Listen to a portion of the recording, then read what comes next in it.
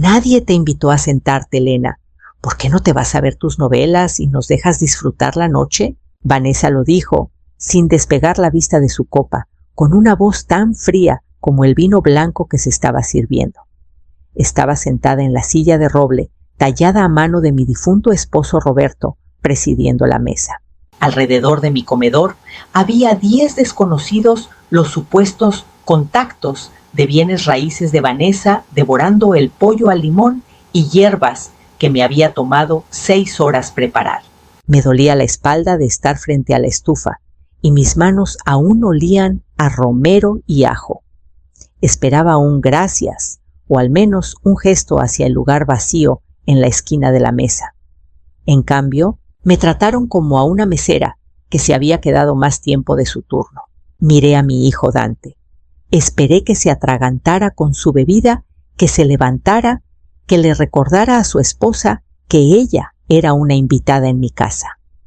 Esperé que el muchacho que crié con valores de respeto y gratitud alzara la voz. En cambio, se ajustó la corbata de seda, bebió un sorbo lento de vino y miró al techo. «Mamá, ella tiene razón», murmuró con una voz carente de calor. «Estamos a mitad de una plática de estrategia de negocios de alto nivel. El ambiente es un poco específico esta noche. ¿Por qué no te llevas un plato a tu cuarto?» El silencio que seguido fue ensordecedor. Los 10 extraños me miraron con una mezcla de lástima e incomodidad, pero nadie habló. No lloré. A los 64 años, los lagrimales se vuelven selectivos sobre qué merece el gasto de sal. No discutí. Simplemente puse la canasta de pan en la mesa, el bolillo casero del que todos se habían estado maravillando, y salí de la habitación. Pero no fui al cuarto de visitas a esconderme. Fui a la cocina, saqué mi libreta verde del cajón de los tiliches y salí al porche. Me senté en la oscuridad, escuchando las risas amortiguadas que venían de mis propias paredes, y escribí una sola frase: 8 de marzo, invitación revocada. La transición comienza esta noche. La falta de respeto no empezó en esa cena. Empezó con el rugido de una motosierra hace 2 semanas.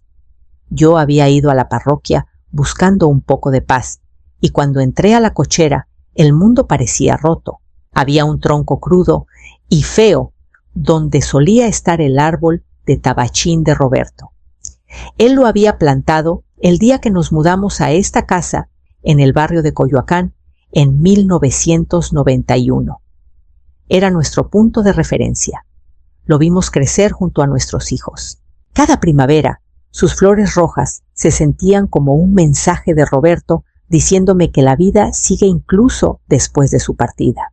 «Era un peligro, Elena», me dijo Vanessa cuando la confronté con voz ligera mientras tomaba un café costoso. Ni siquiera miró el aserrín que cubría sus zapatos. Las hojas ensuciaban mucho las raíces, amenazaban el pavimento y, francamente, le quitaba valor a la fachada para cuando eventualmente actualicemos las cosas.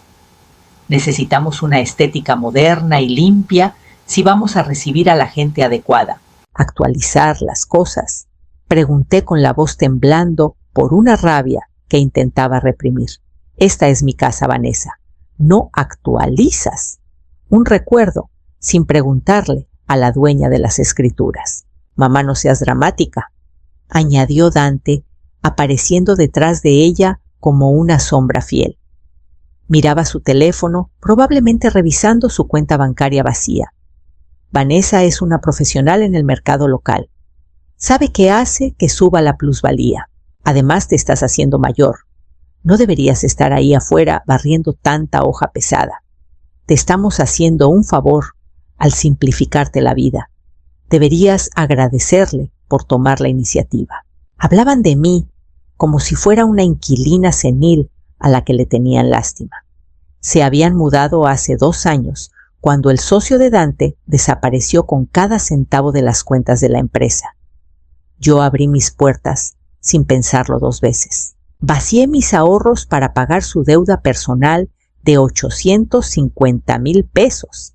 Incluso moví mis cosas al pequeño y apretado cuarto de costura para que ellos pudieran tener la recámara principal para mantener la chispa de su matrimonio. Pensé que estaba siendo madre. No me di cuenta de que estaba alimentando a un par de buitres que esperaban a que yo desapareciera para quedarse con el nido. Esa noche, después de la cena, cuando la casa por fin quedó en silencio, me senté en mi cama, la pequeña cama individual en el cuarto, que solía ser mi rincón de costura.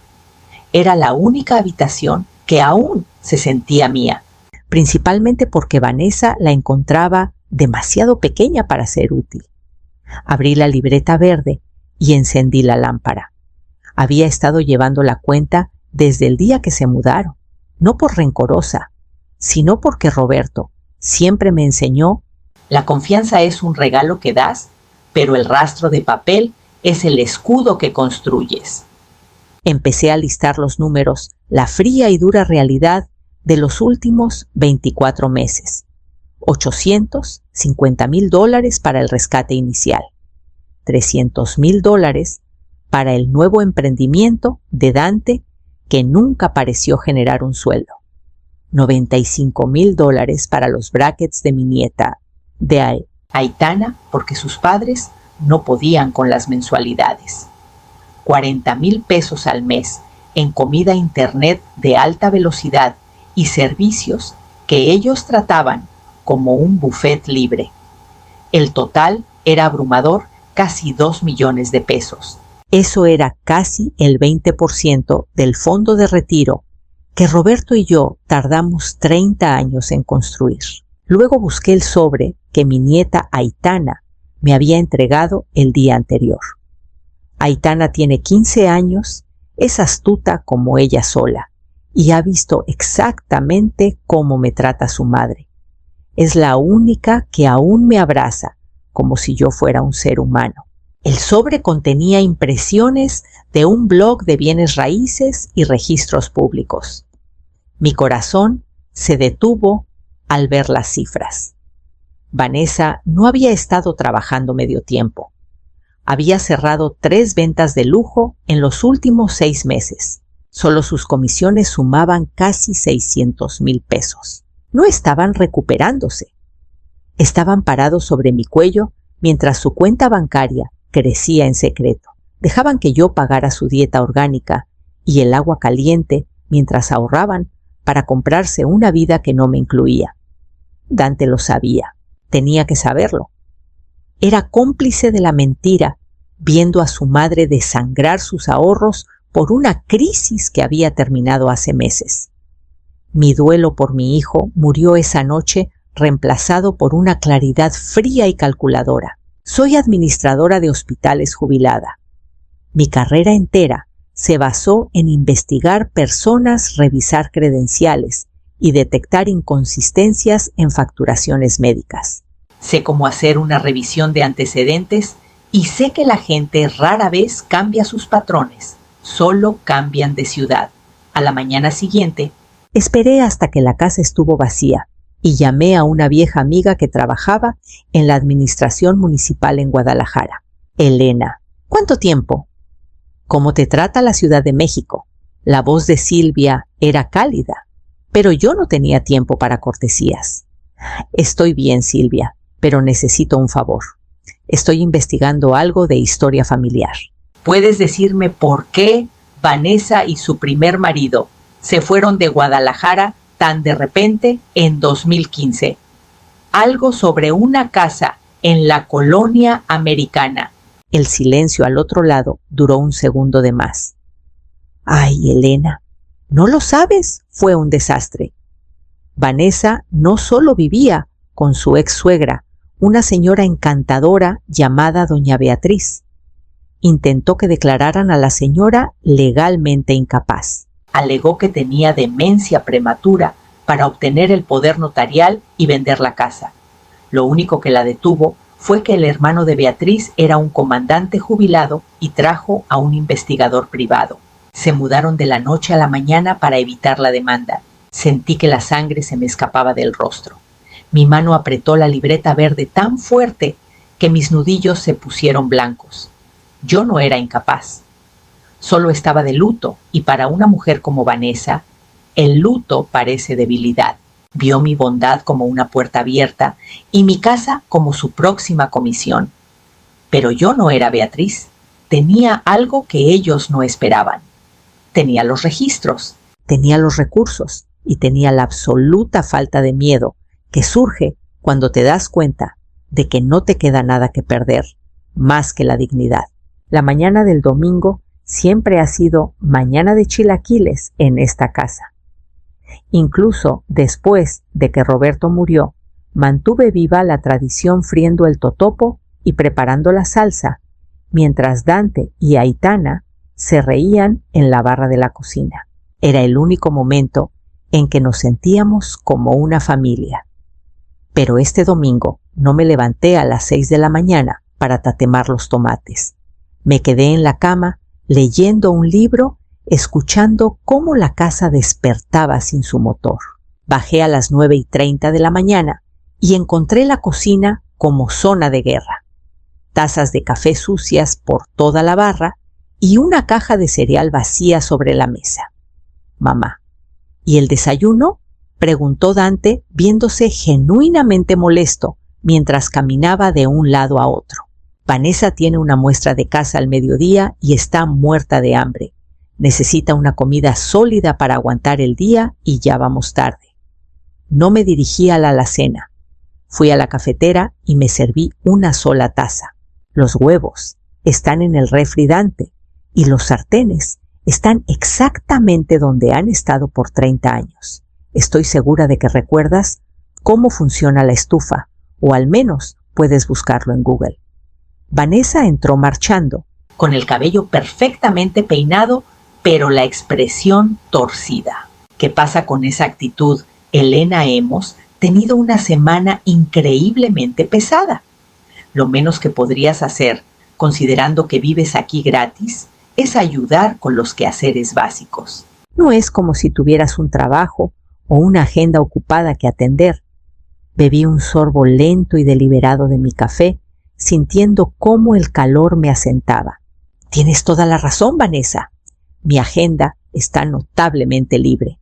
De hecho, está tan libre que he decidido empezar un nuevo proyecto hoy. Lo llamo gestión de activos. Y en cuanto a vivir aquí gratis, probablemente deberíamos tener una plática muy larga sobre la definición de gratis una vez que termines de prepararte tu propio desayuno. Les di la espalda y salí al jardín, dejando la habitación pesada con un silencio que no sabían cómo romper. El lunes por la mañana esperé hasta escuchar que sus autos salían de la cochera. No llamé a un abogado. No quería una batalla legal que durara años y llenara los bolsillos de hombres en traje. Quería resultados inmediatos.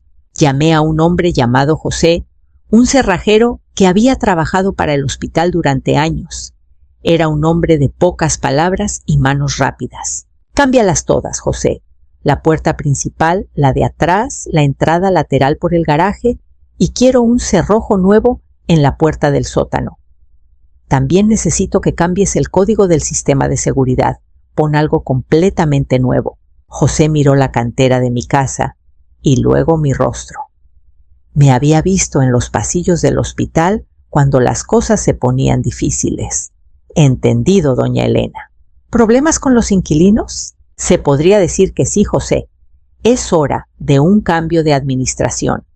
A los ocupantes anteriores se les olvidó de quién es el nombre que está en las escrituras. Mientras el taladro de José zumbaba, fui al garaje. Era un cementerio de mis recuerdos. El viejo sillón de piel de Roberto, aquel en el que se sentaba todas las noches a leer el periódico, estaba enterrado bajo una pila de tapetes de yoga de Vanessa y palos de golf abandonados de Dante. Lo saqué a rastras, ignorando la protesta de mis articulaciones. Limpié el polvo del cuero y lo arrastré justo al centro de la sala, colocándolo exactamente sobre la costosa alfombra blanca que Vanessa había comprado para reemplazar mi vieja alfombra persa. Me senté en esa silla, la silla de Roberto, y esperé. No encendí las luces. Me quedé sentada en la hora dorada de la tarde, viendo cómo las sombras se alargaban por el suelo, sintiendo el peso de la casa asentarse de nuevo en mis huesos. El sol empezó a ponerse proyectando largos dedos naranjas a través de las ventanas. A las 5:30 de la tarde escuché el estruendo familiar de la camioneta de Dante y el sedán de Vanessa entrando a la cochera. Me quedé perfectamente quieta en el sillón. Escuché el rasguño de una llave en la cerradura principal, luego el forcejeo, luego el sonido de la llave siendo sacada y reinsertada con más fuerza, luego el golpeteo frenético de la manija. Sonó el timbre. Una vez, 2 veces, luego un zumbido largo y sostenido que resonó en el vestíbulo. No me moví. Dejé que lo tocaran durante 5 minutos completos. Quería que sintieran ese momento de realización, el momento en que te das cuenta de que estás afuera, mirando hacia adentro. Cuando finalmente me levanté y abrí la puerta, Vanessa estaba roja de la cara, con los ojos moviéndose de un lado a otro, confundida. Las llaves no funcionan, Elena. ¿Qué hiciste? Llevamos aquí parados como idiotas. Las cerraduras funcionan perfectamente. Vanessa, dije, apoyándome casualmente en el marco de la puerta, bloqueando la entrada.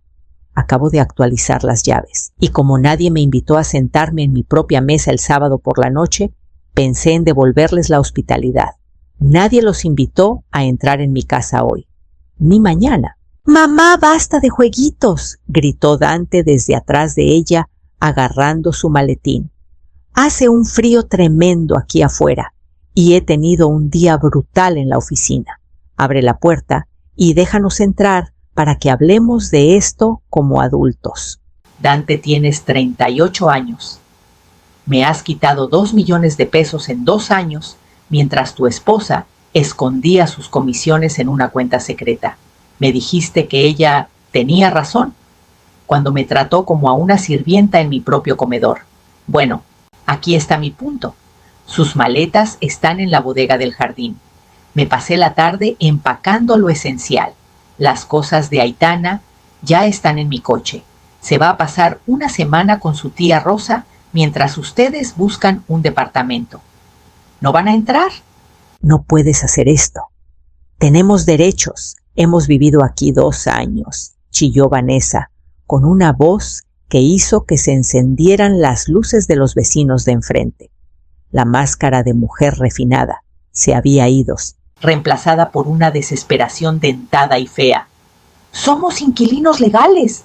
Tienes que darnos un aviso de 30 días. Te voy a demandar por todo lo que vale esta casa». ¿Quieres hablar de derechos, Vanessa? Di un paso adelante, y por primera vez ella realmente retrocedió. Tienes derecho a guardar silencio. Porque si dices una palabra más sobre derechos legales, voy a tomar mi teléfono y llamar a tu jefe en la inmobiliaria. Le voy a contar exactamente cómo trataste a doña Beatriz en Guadalajara en 2015. Tengo los registros judiciales, Vanessa. Sé lo de la demanda de incapacidad. Sé lo del fraude. Me pregunto cómo se sentirían tus clientes de clase alta, sabiendo que su agente se especializa en abuso de ancianos. El color se le escapó del rostro tan rápido que pensé que se desmayaría en el porche. Miró a Dante abriendo y cerrando la boca como un pez fuera del agua. Pero por primera vez en años, Dante no la estaba mirando a ella. Me miraba a mí con los ojos muy abiertos por una mezcla de impacto y una comprensión súbita y aterradora de que su madre no era la viejita dulce que pensaba que podía manipular. Mamá susurró con la voz quebrada. «No, no tenemos a dónde ir. Todo nuestro dinero está invertido en cosas. No tenemos para un depósito. Tienes una comisión de 600,000 pesos en su cuenta conjunta, Dante. Vi el blog, vi los registros. No están en la quiebra. Solo son ambiciosos. Han estado ahorrando para su propio futuro mientras desangraban el mío. Tienen dinero de sobra para un hotel, Ahora lárguense de mi porche antes de que llame a la patrulla y reporte a 2 invasores. No los dejé entrar, ni siquiera por un suéter. Señalé hacia la entrada donde sus autos estaban encendidos. No voy a pasar mi retiro en un juzgado Dante. No quiero pasar el resto de mi vida mirando al hijo que no supe criar con sentido del honor. Pero me vas a pagar. Hasta el último centavo. Esos 2 millones son ahora una deuda formal. Me vas a pagar 15,000 pesos al mes, empezando el 1 del próximo mes. Si te saltas un solo pago o si vuelves a poner un pie en esta propiedad sin invitación, la historia de Guadalajara sale en todas las redes sociales de esta ciudad. Cada agente inmobiliario del país sabrá exactamente con quién está haciendo negocios. Eres fría, Elena, escupió Vanessa con los ojos llenos de veneno mientras bajaba los escalones. Eres una mujer amargada y fría. No respondí y sentí que una sonrisa tocaba mis labios. Soy la dueña de la casa. Y como me decía mi madre cuando era niña, una mujer que es dueña de su casa es dueña de su vida. Intentaste robarme la mía. Fallaste. Regresé adentro y cerré la puerta. Escuché el golpe pesado del cerrojo deslizándose en su lugar. Me quedé en el vestíbulo y escuché cómo sus autos salían rugiendo de la cochera, el sonido desvaneciéndose en la noche hasta que la casa quedó, finalmente, en un bendito silencio. No fue como en las películas. No hubo música triunfal. Simplemente sentí que un peso sofocante se había levantado de mi pecho, reemplazado por una brisa fresca y tranquila. Por primera vez en 2 años, podía respirar sin sentir que estaba ocupando el aire de alguien más. Han pasado 6 meses desde aquella noche en el porche. Dante y Vanessa viven en un departamento de 2 recámaras en la colonia Roma. Es un lugar bastante lindo, pero no es una casona en Coyoacán. Dante me llama todos los domingos. Las llamadas empezaron cortas y enojadas, luego se volvieron silenciosas e incómodas. Ahora empiezan a ser más largas. Está empezando a sonar como el muchacho que recuerdo el que se preocupaba, el de antes de que la ambición y la influencia de la persona equivocada se apoderaran de él. No ha fallado ni un solo pago de los 15,000 pesos. Creo que de una manera extraña pagarme. Es la única forma que conoce de pedir perdón. Aitana regresó conmigo. Se mudó a la recámara principal y yo regresé a mi propia habitación con la foto de Roberto en la mesa de noche. Anoche nos sentamos a la mesa del comedor, solo nosotras 2, comiendo un plato sencillo de pasta. Abuela, preguntó soltando el tenedor y mirándome con esos ojos sabios de 15 años. ¿Qué pasa, mija? Gracias por la silla. Y por enseñarme que no tengo que dejar que la gente sea grosera conmigo solo porque son familia. Miré hacia abajo. Estaba sentada en la silla de roble de Roberto. También volví a plantar el jardín delantero. No un tabachín. Esos tardan una vida en crecer y he aprendido que la vida es demasiado corta para esperar por cosas que ya se fueron. En su lugar, planté una jacaranda pequeña. Es chiquita por ahora, pero fuerte. Florece temprano incluso cuando el aire todavía está un poco frío y el mundo parece gris. Me recuerda que la belleza se puede recuperar, pero solo si estás dispuesta a arrancar la maleza primero.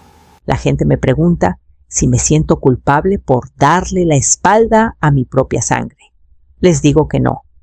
Amar a tus hijos no significa dejar que destruyan a la persona que tanto te costó llegar a ser. A veces, lo más bondadoso que puedes hacer por alguien que se está aprovechando de ti es dejar de ser su salvavidas. Tienes que dejar que toquen el agua para que por fin recuerden cómo nadar. Mi nombre es Elena Dorotea Patterson. Esta es mi casa. Ya no soy invisible. Y si estás sentada en una mesa donde no te respetan, levántate. La salida está ahí mismo y tú eres la única que tiene las llaves. Sé dueña de tu casa, sé dueña de tu vida y nunca dejes que nadie te diga dónde no estás invitada.